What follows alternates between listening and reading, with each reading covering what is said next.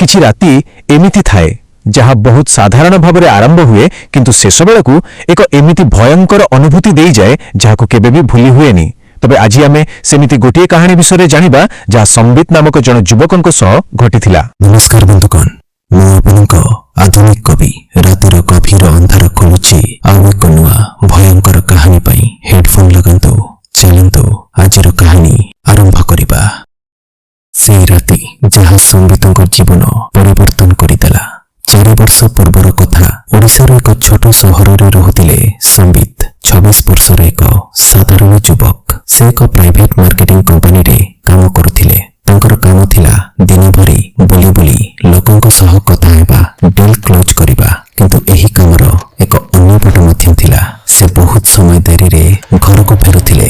संबितंक घरे तांको मां थिले एवं से सब बेले चिंता करुथिले राति रे सही रास्ता भल नुहे। लोक माने कहंती सेठारे किछि अछि, किंतु संबित एहाको केबे सीरियस नेउ नथिले। से हसी कहथिले, मां एहा सब अंधविश्वास, दिनकर कथा, काम अधिक थिला। राति हेबा समय रे संबित ऑफिस रो बाहरिले। समय थिला प्राय 11टा। से बाइक स्टार्ट कले एवं सही परिचित रास्ता रे जीवा आरंभ कले। से रास्ता एक सुनसान जगह मध्यरे जाउथिला।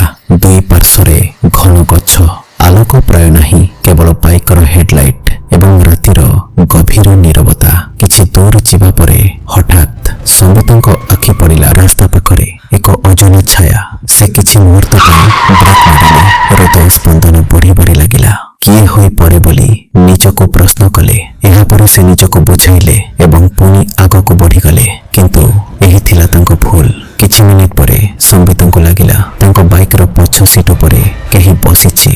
से एकदम जमी गले। से पछको देखिबाको डरिले। हठात तांको कांध उपरे काहार ठंडा हाथ। एमिति लागुथिला जेपरि एक मृतदेहर स्पर्श एवं तापरे एक धीर फुसफुसानी कान पाखरे मो सह चाल। संबितंको हाथ कंपी जाउथिला। बाइक पूरा कंट्रोल छाड़ीदेला। से चित्कार करबाको चाहिले किंतु स्वर बाहर नथिला। से आखि बंद करदेले एवं मनरे एक नाम आसिला, हनुमान जी। से तुरंत गलारे थिबा माला को धरिले जहा तांको मां देइथिले। से विश्वास करथिले एहा तांको रक्षा करिवो। एवं हठात गछ गुड़िक जोरे रे हलिबाको लागिला। वातावरण परिवर्तन होइगला। संबित आखि खोलिले। धीरे धीरे पछको देखिले। सीट खाली, केही नहीं। से तुरंत बाइक स्पीड बढ़ाइले एवं सीधा घर को पहुंचिले। घर को पहुंचिबा परे से कबाट बंद करिले एवं शांत होई बसिगले। तांको शरीर एवं मध्य कंपी जाउथिला। से मां को सब कहिले। मां सुनी शांत हेले एवं कहिले, मु कहिथिले ना सही रास्ता साधारण नुहे। से दिन परे संबित केबे सही रास्तारू रातिरे जाउ नथिले। किंतु प्रश्न एवं मध्य रहिगला, सही रातिरे संबितंक सह कौन घटिला? सतरे किछि थिला ना एक भ्रम? तुमे कौन भाबुछ? कमेंट रे लेख।